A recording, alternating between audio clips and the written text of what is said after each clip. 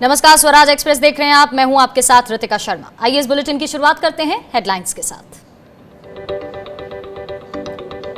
राजस्थान के मुख्यमंत्री अशोक गहलोत का सचिन पायलट पर बड़ा हमला। कहा हॉर्स ट्रेडिंग में शामिल थे पायलट। राज्यसभा चुनाव के दौरान भी उठाई थी आवाज, लेकिन वे बार बार कर रहे थे इनकार। कांग्रेस का सचिन पायलट को सख्त संदेश। सुरजेवाला ने कहा चुनाव हारने के बाद भी बनाया प्रदेश अध्यक्ष। पार्टी ने सबसे ज्यादा उन्हें आगे बढ़ाया। सख्त लहजे में कहा बीजेपी से बात बंद करके वापस पार्टी में आए। वहीं कांग्रेस के पूर्व अध्यक्ष राहुल गांधी ने एक बार फिर सरकार पर बोला हल्ला। कहा वैश्विक रणनीति के चिथड़े हो गए हैं, ताकत और सम्मान दोनों खो रहे हैं, लेकिन सरकार को इसकी कोई खबर ही नहीं है। प्रियंका गांधी ने यूपी को योगी सरकार की खोली पोल। अस्पताल की कुव्यवस्था का वीडियो ट्वीट कर कहा झूठे प्रचार और जमीनी हकीकत में कितना अंतर। और हेमताबाद के बीजेपी विधायक की मौत मामले में पश्चिम बंगाल के सीएम की राष्ट्रपति को चिट्ठी। बीजेपी पर लगाया सियासत करने का आरोप। कहा पुलिस जांच में संदिग्ध खुश्क का लग रहा है मामला।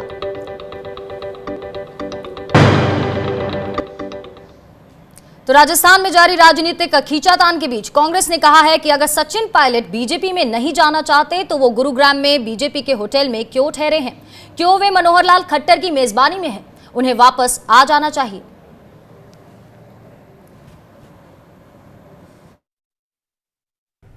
हम हमारे युवा साथी सचिन पायलट जी और कांग्रेस विधायक साथियों को कहेंगे, अगर आप भारतीय जनता पार्टी में नहीं जाना चाहते तो फिर भारतीय जनता पार्टी की हरियाणा सरकार की मेजबानी फौरन अस्वीकार कीजिए।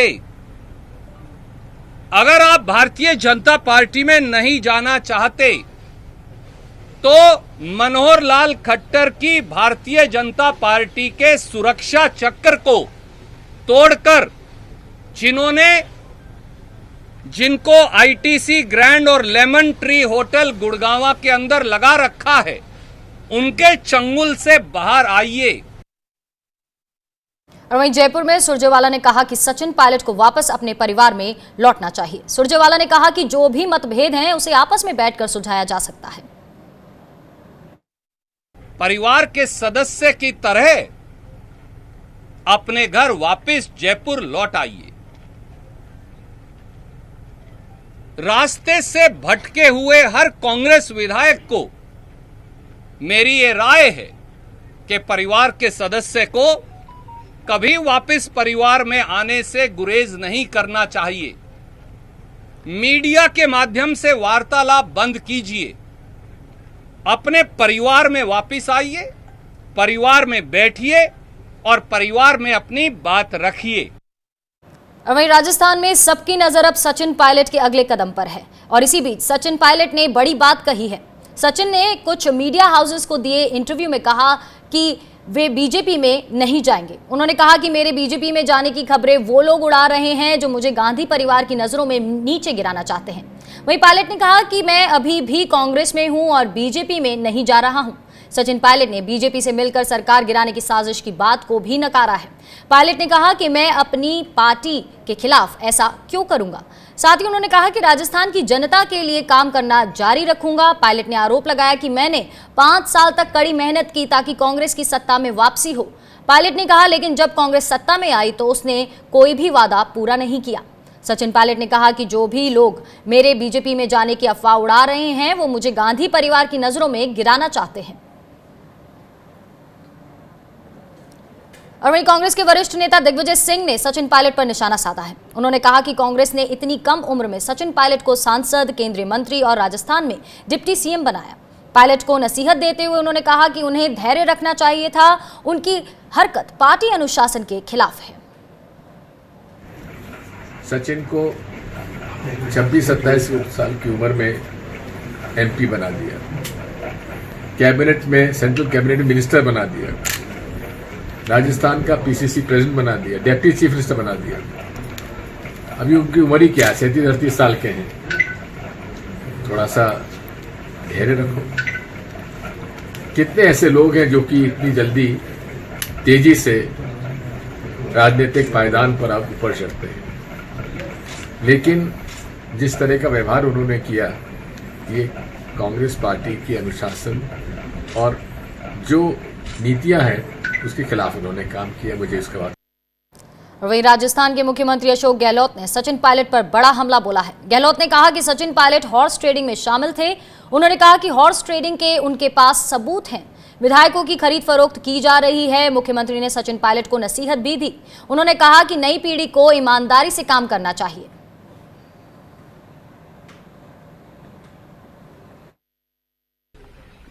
20 करोड़ का सौदा किया जा रहा था। ऐसी स्थिति हो रही है कि एसओजी ने नोटिस दे दिया को, मुझे नोटिस दिया एसओजी ने। हमने कंप्लेंट की थी कांग्रेस ने कि हॉर्स ट्रेडिंग हो रही है बीजेपी की तरफ से। 10 दिन तक हमें रखना पड़ा लोगों को वहाँ होटल के अंदर। मुझे अच्छा लगा क्या 10 दिन रखना किसे कहते हैं? अगर उस वक्त नहीं रखते हम लोग, अब जो हुआ है खेल मानेसर वाला, गुड़गांव वाला, वो खेल उस वक्त होने वाला था। हॉर्स ट्रेडिंग की गई है, हमारे पास प्रूफ है, हमारे पास प्रूफ है। Thank you sir. कैसे उनके दलाल लोग थे जिन्होंने ये काम किया, ऑफर कर रहे थे पैसा, कई लोगों ने पैसा लिया नहीं है, वो प्रूफ मेरे पास में है। बाहर बैठे हुए लोग मना कर दिया। और वहीं राजस्थान में जारी सियासी उठापटक के बीच मुख्यमंत्री अशोक गहलोत ने एक बार फिर युवा पीढ़ी की तारीफ की है और कहा कि आने वाला कल उनका है। अशोक गहलोत ने ट्वीट कर कहा कि हम तो तीसरी बार मुख्यमंत्री बन गए, 40 साल से अधिक राजनीति करते हो गए। ये नई पीढ़ी जो आई है, हम उनको प्यार करते हैं, आने वाला कल उनका है। वहीं राजस्थान के कैबिनेट मंत्री प्रताप सिंह खाचरियावास ने बीजेपी और केंद्र सरकार पर निशाना साधा है। उनका कहना है कि बीजेपी ने गहलोत सरकार गिराने का षड्यंत्र रचा, लेकिन वो उसमें फेल हो गई है। ये अमित शाह के इशारे पर किया गया। साथ ही कहा कि वो सचिन पायलट के सबसे करीबी नेताओं में से हैं, लेकिन उनके लिए पार्टी सबसे ऊपर है। वो कभी कांग्रेस पार्टी को नहीं छोड़ेंगे। राजस्थान की सरकार सतर्क नहीं होती तो अब तक ये सरकार को गिरा चुके होते। इनकम टैक्स, ईडी, सीबीआई जब मैदान में उतर जाए तब समझ जाना चाहिए केंद्र सरकार के इशारे पर सरकार को गिराने की साजिश हो रही है। सब जानते हैं, अचानक इनकम टैक्स की 200 टीमें बनाना और इनकम टैक्स को मैदान में उतारना, डर पैदा करना, दहशत पैदा करना और फिर सरकार को गिराना। भारतीय जनता पार्टी के नेताओं का, जो राजस्थान के नेता हैं, उनको तो ये पता ही नहीं कि केंद्र की बीजेपी क्या क्या कर रही है ऊपर। वहीं राजस्थान विधानसभा के अध्यक्ष डॉक्टर सीपी जोशी ने सचिन पायलट सहित कांग्रेस के 19 विधायकों को नोटिस जारी किए हैं। ये नोटिस मुख्य सचेतक महेश जोशी की शिकायत के बाद जारी किए गए हैं। इन विधायकों को ईमेल के जरिए भी नोटिस भिजवाए गए हैं और साथ ही विधायकों के आवास पर नोटिस चस्पा किए गए हैं। 7 पेज के ये नोटिस हिंदी और इंग्लिश दोनों भाषाओं में है। बाड़मेर के जिला कलेक्टर विश्राम मीणा का कहना है कि गुडामालानी के विधायक हेमाराम चौधरी से संपर्क नहीं होने पर उनके घर पर नोटिस चिपकाया गया है। नोटिस का इसके बारे में हमें कोई जानकारी नहीं है। सुबह जब मैं उठा होता तब लगे हुए थे यहाँ पे। फिर आपने किसको जानकारी दी? मैंने साहब के साथ है जो मतलब गनमैन वगैरह, उनको बता दिया। जो एक नोटिस तामील की प्रक्रिया होती है उसमें उपखंड अधिकारी बाड़मेर के द्वारा उनके घर पर नोटिस चस्पांगी करके और तामील कराने की कार्रवाई की गई। माननीय अध्यक्ष विधानसभा के समक्ष उपस्थित होने के लिए उन्होंने नोटिस जारी किए हैं। उसमें 17 जुलाई 2020 को 1 बजे माननीय अध्यक्ष महोदय के समक्ष उपस्थित होने के लिए नोटिस जारी किया है। आगे जो डिटेल कंटेंट है वो तो विधानसभा से प्राप्त कब लगाई गई, कब चस्पा किए गए? ये नोटिस कल रात को प्राप्त हुए थे और कल ही इनकी चस्पांगी करके और विधानसभा को रिपोर्ट। और वहीं कांग्रेस नेता राहुल गांधी ने ट्वीट के जरिए केंद्र सरकार पर एक बार फिर निशाना साधा है। ईरान के द्वारा चाबहार रेल प्रोजेक्ट से भारत को हटाने पर कांग्रेस नेता ने मोदी सरकार को घेरा है। राहुल गांधी ने लिखा कि भारत की वैश्विक रणनीति पूरी तरह से फेल हो रही है। इस प्रोजेक्ट को लेकर राहुल गांधी ने कहा कि हम हर जगह अपनी शक्ति और इज्जत खो रहे हैं, लेकिन भारत सरकार को पता ही नहीं कि वो क्या कर रही है। सरकार की रणनीति पूरी तरह से फेल हो रही है।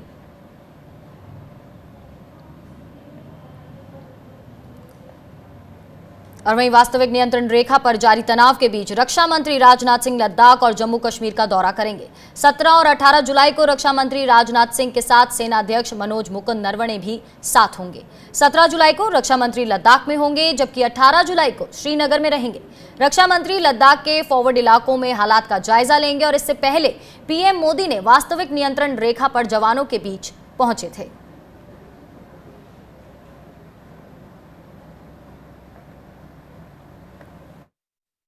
ज़मीनी स्तर पे जाके 30 जून के मीटिंग का जो डिटेल्स है, 14 जुलाई के मीटिंग का डिटेल्स है, वो ज़मीनी स्तर पे जाके मैप के द्वारा सैंड पे पूरी तरह से GOC 14 कोड से समझेंगे और ये पूरी तरह से हम किस तरह से तैयार हैं हर एक स्थिति का सामना करने के लिए उससे अपने आप को अवगत कराएंगे।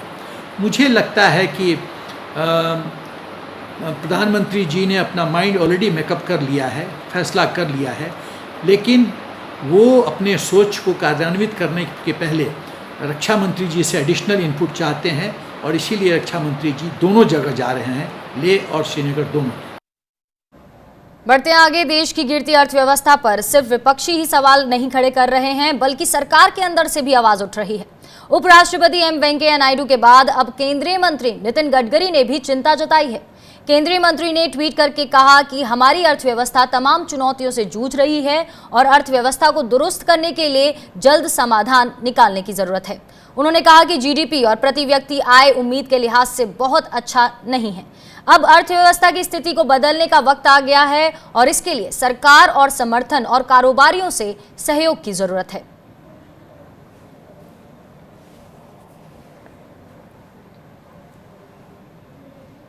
और वहीं देश में चुनाव की प्रक्रिया को लेकर एक बड़ा विवाद खड़ा हो गया है। देश की प्रमुख विपक्षी पार्टियां मोदी सरकार के उस नोटिफिकेशन का कड़ा विरोध कर रही हैं, जिसके जरिए चुनावों में बड़े पैमाने पर पोस्टल बैलेट के इस्तेमाल का रास्ता साफ हो गया है। उनका कहना है कि मोदी सरकार ने विपक्षी दलों से सलाह मशवरा किए बिना मनमाने तरीके से नियमों में फेरबदल करके पोस्टल बैलेट के बड़े पैमाने पर इस्तेमाल की छूट दे दी है, जिससे चुनावों की विश्वसनीयता और वैधानिकता संदेह के घेरे में आ सकती है। दरअसल मोदी सरकार ने उन सभी लोगों को पोस्टल बैलेट के जरिए मतदान करने की छूट दे दी है जो या तो कोरोना के मरीज हैं या जिनके संक्रमित होने का संदेह है, और इसके अलावा 65 साल से ज्यादा उम्र के लोगों को भी पोस्टल बैलेट से वोट डालने की छूट दे दी गई है। विपक्ष इसे चुनाव में भारी धांधली का रास्ता खोलने वाला फैसला बता रही है। वहीं कोविड के बहाने पोस्टल बैलेट को बड़े पैमाने पर इस्तेमाल करने की छूट देने वाले इस नोटिफिकेशन का कांग्रेस, आरजेडी, टीएमसी, लेफ्ट समेत अधिकांश विपक्षी पार्टीज विरोध कर रही हैं।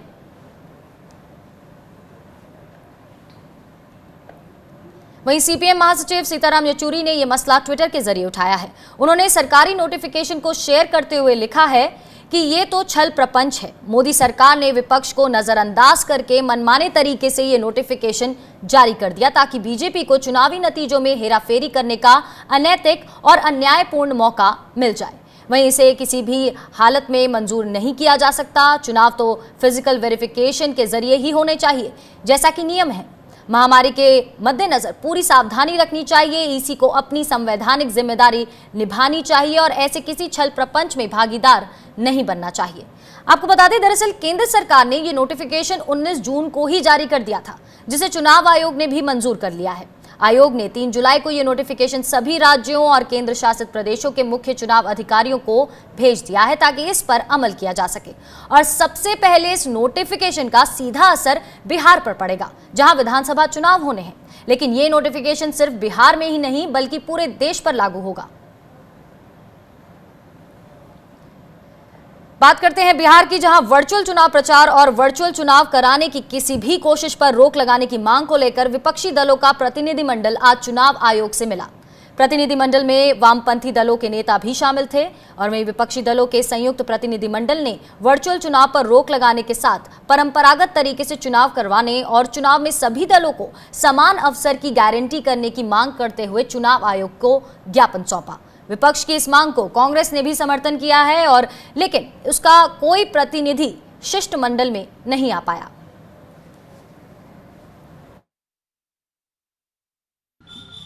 एक संयुक्त आवेदन हम लोगों ने चुनाव आयोग को दिया। जो ओरिजिनल ड्राफ्ट था उस पर कांग्रेस की भी सहमति थी और वीआईपी के प्रतिनिधि भी आने वाले थे, लेकिन अंतिम दौर में ये कोरोना की अर्थव्यवस्था की वजह से वो कोऑर्डिनेट नहीं हो पाया। तो करीब करीब सभी विपक्षी पार्टियों का एक कॉमन कंसर्न है, कॉमन कमिटमेंट है, जिसको कि हम लोगों ने चुनाव आयोग के सामने रखा है। हम लोगों ने बड़ी मजबूती से इस बात को रखा है कि आवाम की सुरक्षा और लोकतंत्र को संविधान के स्तर पर बहाल रखने की चुनौती, ये दोनों ही सवाल अहम है और चुनाव आयोग को इसकी गारंटी करनी चाहिए।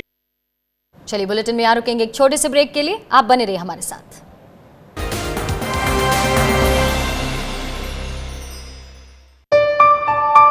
चलो इतिहास के कुछ पन्ने पलटते हैं, चलो उस दौर में कुछ दूर चलते हैं। हो बात ग्वालियर की या हो कहानी मुमताज की, बेगम नवाब की झलकियां या हो बात काले ताज की, हर तरफ पसरा यहाँ इतिहास है। यूं ही नहीं कहते सभी, मध्य प्रदेश तो कुछ खास है। वक्त के निशान।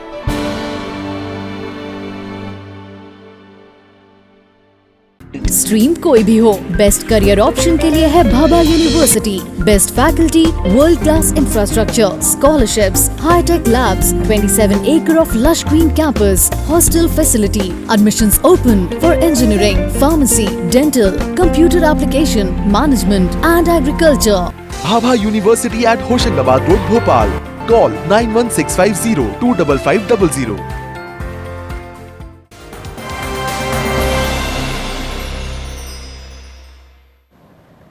स्वागत है आपका ब्रेक के बाद। और कांग्रेस महासचिव प्रियंका गांधी ने एक बार फिर योगी सरकार की कुव्यवस्था की पोल खोल दी है। प्रियंका गांधी ने अपने हैंडल पर एक वीडियो शेयर किया है, जिसमें उन्होंने लिखा कि यूपी के सीएम के गृह क्षेत्र के मेडिकल कॉलेज के कोरोना वार्ड की हालत देखकर आपको पता लग जाएगा कि यूपी सरकार के झूठे प्रचार से जमीनी हकीकत कितनी जुदा है। मेडिकल कॉलेज के कोविड वार्ड में नाले का पानी भरा है, मरीज परेशान हैं और पानी निकालने की कोई व्यवस्था नहीं है। आज गोरखपुर से ही कोरोना संक्रमित मरीज के शव ले जाने के लिए 16 घंटे तक एम्बुलेंस ना भेजे जाने की भी खबर आई थी।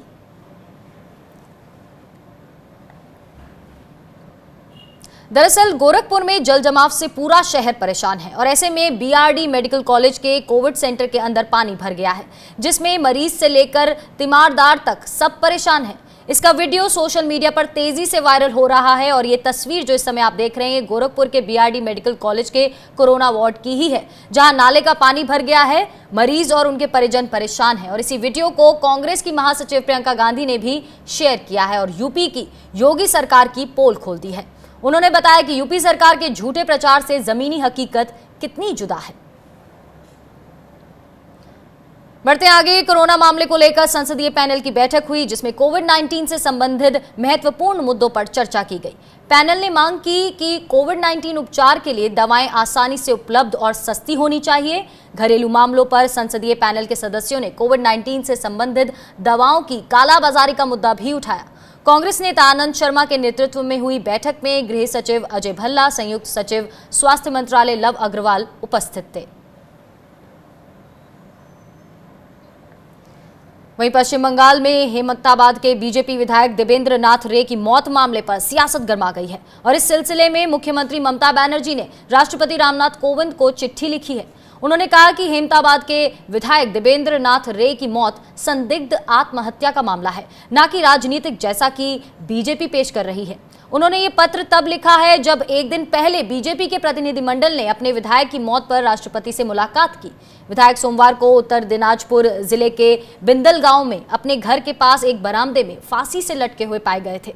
वहीं बनर्जी ने पत्र में लिखा कि पोस्टमार्टम रिपोर्ट और प्रारंभिक जांच के आधार पर पश्चिम बंगाल पुलिस ने इसे संदिग्ध आत्महत्या का मामला बताया है और ये धन के लेन देन का स्थानीय मामला हो सकता है।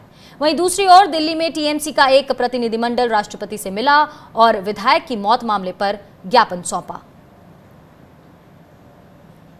We gave him the complete update, the detailed update of the situation arising from the very sad, unfortunate death of the MLA from Bengal. We gave him the update, and we also handed him a 2-page letter written by Mamata Banerjee, giving him the update and making it absolutely clear that the truth must prevail. Currently, it seems like it's headed towards it was a suicide or whatever the cause, but far from any political involvement here, so this should not be put. और अब बात मध्य प्रदेश की, जहां पूर्व मुख्यमंत्री कमलनाथ अब आगामी विधानसभा सत्र में नेता प्रतिपक्ष के रूप में प्रदेश सरकार पर निशाना साधते हुए नजर आएंगे। 20 जुलाई से आयोजित सत्र में बजट पारित होगा तो पक्ष विपक्ष में तीखी नोकझोंक होने की भी संभावना है। और ऐसे में कांग्रेस नेता जीतू पटवारी ने कहा कि कमलनाथ ही कांग्रेस के विधानसभा में प्रतिपक्ष होंगे। जहाँ तक प्रश्न है नेता प्रतिपक्ष का, हम पहले भी इस मामले में बता चुके हैं कि आदरणीय कमलनाथ जी इस सत्र के सदन में और आने वाले समय में भी नेता प्रतिपक्ष की भूमिका भी निभाएंगे। मैं मानता हूँ कि पूरी पार्टी का और लीडरशिप का संयुक्त एक जैसा सोच के साथ ये निर्णय लिया गया। और वहीं छत्तीसगढ़ में राज्य सरकार ने संस्कृति परिषद के गठन का फैसला किया है। छत्तीसगढ़ की संस्कृति को सहेजने के लिहाज से इसे बड़ा और महत्वपूर्ण कदम माना जा रहा है। लोक कलाकारों को बढ़ावा देने, नई पीढ़ी को लोक संस्कृति से परिचय कराने और लोक कलाओं के विकास के उद्देश्य से परिषद का गठन किया गया है। इसके तहत राज्य में साहित्य अकादमी, कला अकादमी और आदिवासी एवं लोक कला अकादमी का गठन किया जाएगा। ये परिषद, आपको बता दें, एक स्वायत्त शासी इकाई के रूप में काम करेगा। संस्कृति परिषद के गठन का निर्णय आज लिया गया है, जिसमें संस्कृति परिषद के अंतर्गत सारी एक्टिविटीज़, चाहे वो छत्तीसगढ़ राज्य भाषा आयोग हो, चाहे वो और भी कोई घटक हो, सभी उसके अधीनस्थ काम करेंगे और सब में एक रूपता रहेगा। और इस परिषद का अध्यक्ष माननीय मुख्यमंत्री होंगे, संस्कृति मंत्री इसके उपाध्यक्ष होंगे और सदस्यों का मनोनयन अलग से किया जाएगा। और वहीं रायपुर पहुंचे कांग्रेस के वरिष्ठ नेता और राज्यसभा सांसद दिग्विजय सिंह ने रमन सरकार में मंत्री बृजमोहन अग्रवाल पर निशाना साधा है। दिग्विजय सिंह ने कहा कि बृजमोहन अग्रवाल के पास इतना पैसा आ गया है कि वो सभी की नीलामी करने बैठ गए हैं। ये पूर्व मंत्री बृजमोहन अग्रवाल ने कहा है कि जो जिस तरीके के हालात राजस्थान में है वैसे ही छत्तीसगढ़ में भी हालात यहाँ भी हैं। यानी कि इतना पैसा आ गया है भाजपा और बृजमोहन जी के पास कि वो जिस तरह से नीलामी होती है, नीलामी करने बैठे हैं क्या। और वहीं छत्तीसगढ़ के सहकारी बैंकों से एक चौंका देने वाली जानकारी सामने आई है। बैंक प्रबंधन ने पुलवामा हमले के बाद अपने हजारों कर्मचारियों के वेतन से शहीद परिवारों के नाम पर भारी कटौती कर ली है, लेकिन शहीदों के नाम पर वसूली गई ये रकम 14 महीने बाद भी शहीद कोष में नहीं पहुंची है। कोरोना संक्रमण के दौरान जब इन पैसों के बारे में जानकारी सामने आई तो ये रकम आनन फानन में केंद्र सरकार को भेजी गई। कर्मचारी यूनियन ने शहीद कोष तक पैसा पहुंचने में हुई देरी पर नाराजगी जताई है। वहीं सहकारी बैंक के अधिकारी देरी से अपना पल्ला झाड़ रहे हैं। जिला सहकारी केंद्रीय बैंक कर्मचारी संघ द्वारा पुलवामा के शहीदों के लिए सहयोग राशि जो कर्मचारियों द्वारा वर्गीकृत करके डिडक्शन किया गया, वो खाते का राशि पुलवामा अकाउंट में जमा नहीं हुआ। ये ज्ञात हमें तब हुआ जब कोरोना केस में एक दिन का तनख्वाह का काटने का आवेदन आया, तब वो ज्ञात हुआ कि पुलवामा का पैसा शहीदों के खाते पे नहीं। बढ़ते हैं आगे। केंद्र सरकार को पंजाब और हरियाणा हाई कोर्ट से झटका लगा है। हाई कोर्ट ने पंजाब यूनिवर्सिटी में फाइनल ईयर के एग्जाम्स पर अगली सुनवाई तक रोक लगा दी है। आपको बता दें कि केंद्र सरकार ने सभी यूनिवर्सिटीज के फाइनल ईयर के एग्जाम को अनिवार्य कर दिया है और जिसका पूरे देश में छात्र संगठन विरोध कर रहे हैं। यूजीसी की तरफ से जो गाइडलाइंस जारी की गई है उसमें कॉलेज और यूनिवर्सिटी के फाइनल ईयर्स की परीक्षाएं करवाने का अनुरोध किया गया है, लेकिन उसको जो है एनएसयूआई की तरफ से पंजाब हरियाणा हाई कोर्ट में चैलेंज किया गया था। अब जो कहा जा रहा है कि अगली सुनवाई तक रोक लगा दी गई है। इस वक्त मेरे साथ याचिकाकर्ता के वकील हैं, उनसे जानेंगे कि आखिर क्या कुछ ये मैटर रहा और आज क्या सुनवाई में रहा। सर, क्या कुछ सुनवाई में आज रहा है और आप लोगों की तरफ से पटिशन में क्या कुछ कहा गया? So the university had notified to conduct their examinations in the month of July, which would be concluded in the month of September. Now the university has notified the examinations. All the students who would be coming from various containment zone, there would be a threat to other students who are from the state of Chandigarh, Punjab and Haryana. So the Honorable Court has stayed the order passed by the university, and they have given an interim stay and asked the Union of India to file a reply along with the Punjab University.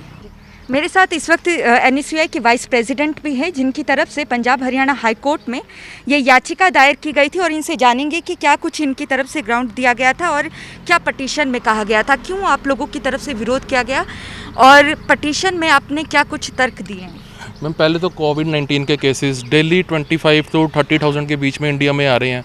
दूसरी बात, students के लिए इस time travel करना बहुत मुश्किल है। Public transportation use करनी इस टाइम बिल्कुल भी सेफ़ नहीं है, स्टूडेंट्स करना भी नहीं चाहते हैं। और एक चीज़ और है कि जो स्टूडेंट्स अब से 2-3 महीने पहले जब ये सिचुएशन शुरू हुई है, अपने पीजीज़ और रेंटेड अकोमोडेशन खाली करके वापस जा चुके हैं।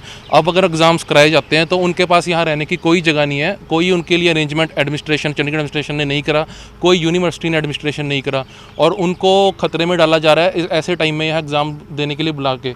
और यूनिवर्सिटी सिर्फ अपनी ज़िद पे ही ये एग्ज़ाम कराना चाहती है, लेकिन ये बिल्कुल भी पॉसिबल नहीं है इस टाइम एग्ज़ाम्स कराना।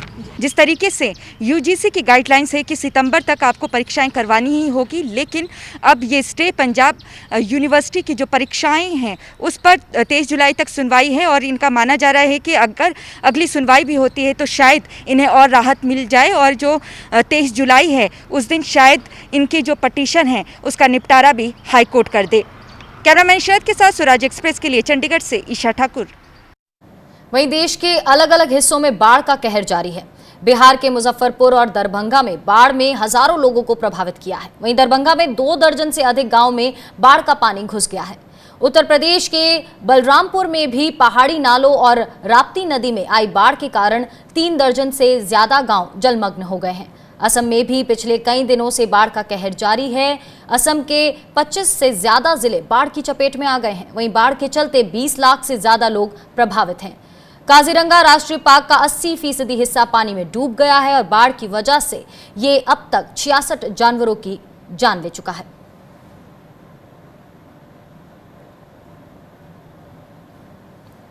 बढ़ते हैं आगे। प्रधानमंत्री नरेंद्र मोदी ने भारत यूरोपियन यूनियन समिट को संबोधित करते हुए भारत और ईयू के बीच दीर्घकालीन रणनीतिक दृष्टि अपनाने का आह्वान किया।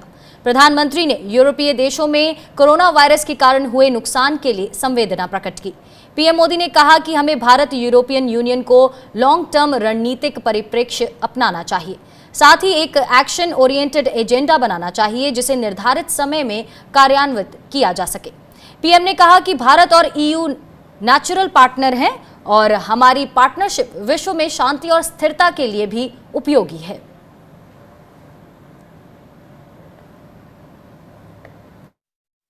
तत्कालीन चुनौतियों के अलावा क्लाइमेट चेंज जैसे लॉन्ग टर्म चैलेंजेस भी हम दोनों के लिए ही प्राथमिकता है। भारत में रिन्यूएबल एनर्जी के उपयोग को बढ़ाने के हमारे प्रयत्नों में हम यूरोप के इन्वेस्टमेंट और टेक्नोलॉजी का आमंत्रण करते हैं। चलिए, इसी के साथ इस बुलेटिन में इतना ही। आप बने रहिए स्वराज एक्सप्रेस के साथ। नमस्कार।